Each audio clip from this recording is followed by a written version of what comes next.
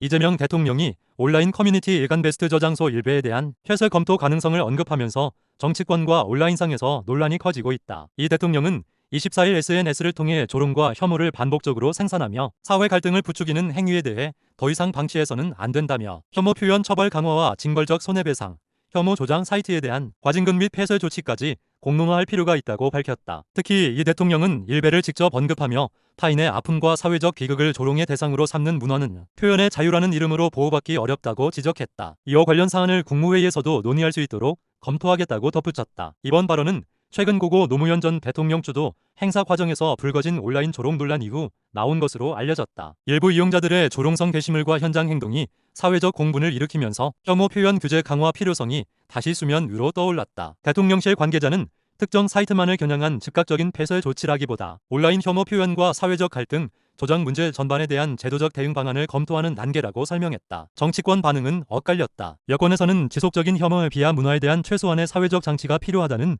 의견이 나오는 반면 야권과 일부 시민단체에서는 정부가 특정 커뮤니티 폐쇄를 언급하는 것은 표현의 자유 침해 우려가 있다고 비판했다.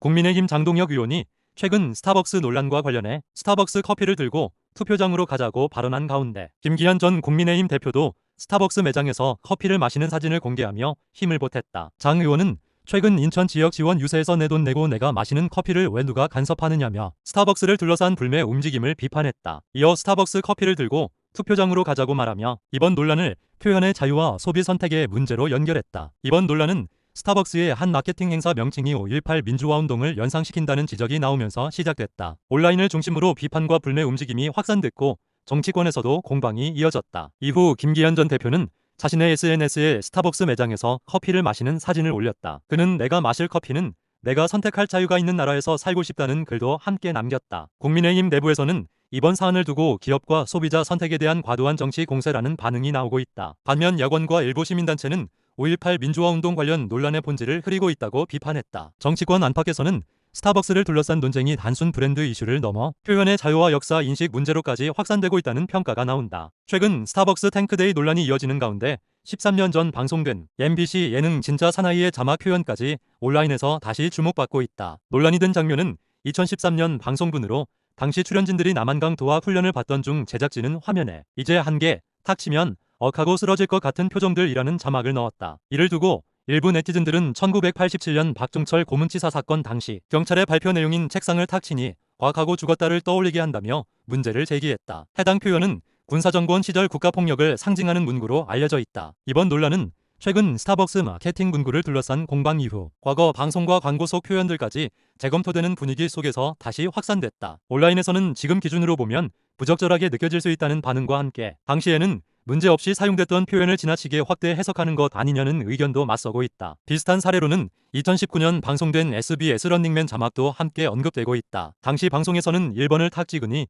억살에 들림이라는 표현이 등장해 일부 시청자들의 비판을 받기도 했다. 한편 논란이 된 진짜 사나이 방송부는 현재도 우트트 다시 보기 서비스에서 별도 편집 없이 제공되고 있는 것으로 알려졌다. 국민의힘 추경호 후보가 더불어민주당 김부겸 후보를 오차범위 밖에서 앞선다는 여론조사 결과가 나왔다. CBS 의뢰로 한국사회여론연구소가 지난 24에서 25일 대구시 거주만 18세 이상 남녀 1001명을 대상으로 실시한 조사에 따르면 대구시장 후보 지지도에서 추경호 후보는 50.1%, 김부겸 후보는 41.1%를 기록했다. 두 후보 간 격차는 9.0%포인트로 표본오차 95% 신뢰 수준 3.1%포인트를 넘어섰다. 이번 조사에서는 추 후보가 처음으로 김 후보를 오차범위 밖에서 앞선 것으로 나타나 지역 정치권이 관심이 쏠리고 있다. 최근까지 양측이 접전을 이어왔던 만큼 보수 지지층 결집이 영향을 미친 것 아니냐는 분석도 나온다. 당선 가능성 조사에서도 추 후보가 우세했다. 누가 당선될 것으로 보느냐는 질문에 응답자의 54.1%가 추경호 후보를 꼽았고 김부겸 후보는 39.8%로 집계됐다. 연령별로는 40대와 50대를 제외한 대부분 계층에서 추 후보가 앞섰으며 정당 지지도는 국민의힘 50.0%, 더불어민주당 25.5%로 조사됐다. 한편 이번 조사는 무선 OLS 방식으로 진행됐으며 응답률은 6.7%다. 자세한 사항은 중앙선거여론조사심의위원회 홈페이지에서 확인할 수 있다. 가수 이찬원의 조아 음원 영상이 유튜브 조회수 500만 뷰를 돌파하며 변함없는 인기를 입증했다. 밝고 경쾌한 분위기에 곡과 이찬원 특유의 청량한 보컬이 어우러지며 팬덤은 물론 대중에게도 꾸준한 사랑을 받고 있다는 평가다. 최근 유튜브에 공개된 조아 음원 영상은 조회수 500만 회를 넘어섰다. 해당 영상은 공개 이후 꾸준한 상승세를 이어왔으며 팬들의 자발적인 스트리밍과 입소문이 이어지면서 의미 있는 기록을 세우게 됐다. 팬들은 댓글을 통해 들을 때마다 기분이 좋아진다, 힘들 때 위로가 되는 노래, 이찬원의 밝은 에너지가 그대로 느껴진다 등의 반응을 남기며 뜨거운 응원을 보내고 있다. 좋아는 이찬원의 첫 정규 앨범 원에 수록된 곡으로 사랑하는 사람에게 전하는 긍정적인 메시지가 인상적인 노래다. 경쾌한 셔플 리듬과 중독성 강한 멜로디, 여기에 이찬원만이 맑고 편안한 음색이 더해지며 발매 직후부터 팬들의 큰 사랑을 받아왔다. 특히 남녀노소 누구나 편하게 즐길 수 있는 밝은 분위기의 곡이라는 점에서 공연 무대와 각종 행사에서도 높은 호응을 얻고 있다. 팬덤 찬스의 화력도 눈길을 끌고 있다. 팬들은 음원 스트리밍과 영상 공유는 물론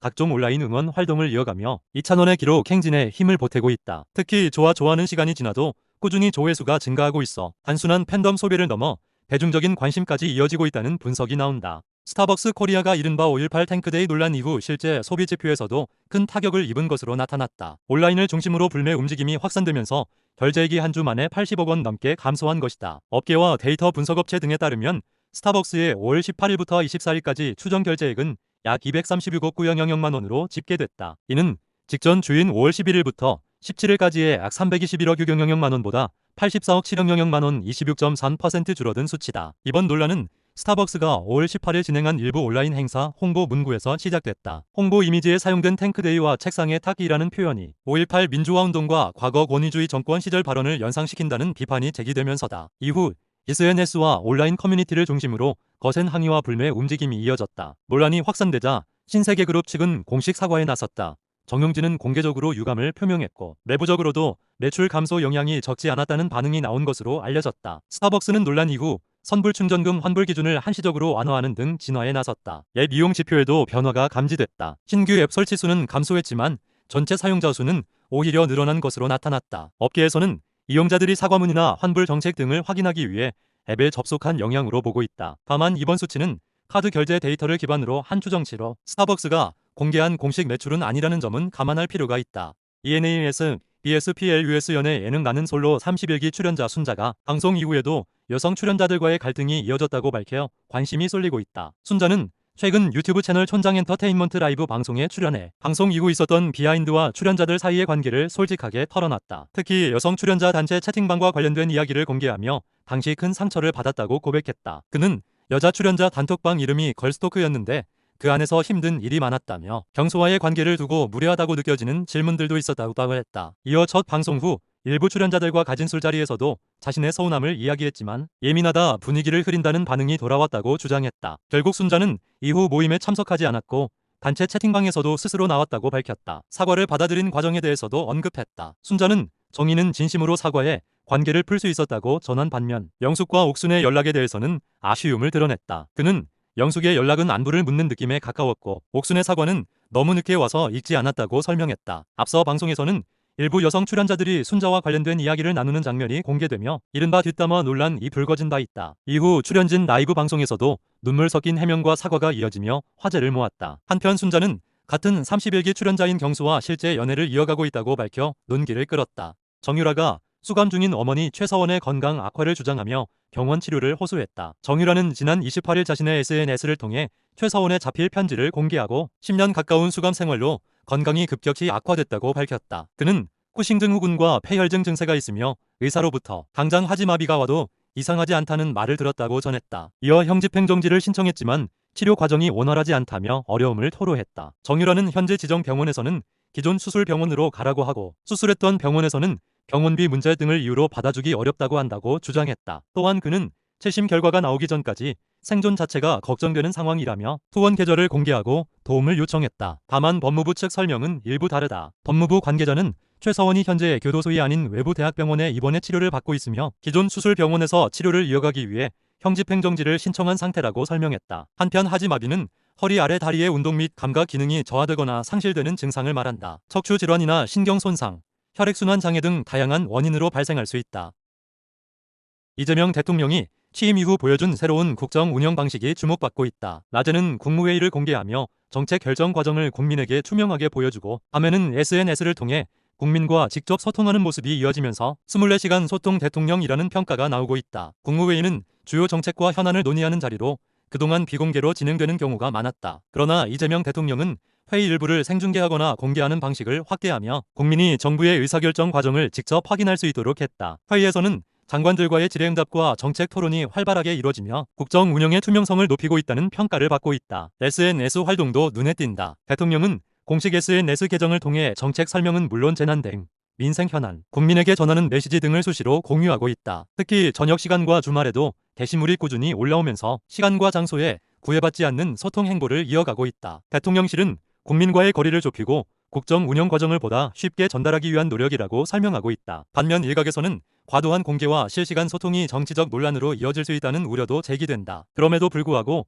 공개 국무회의와 적극적인 SNS 활용은 역대 대통령들과 차별화되는 행보로 평가받고 있다. 국민에게 더 가까이 다가가려는 새로운 소통 방식이 앞으로 어떤 성과로 이어질지 관심이 모아지고 있다.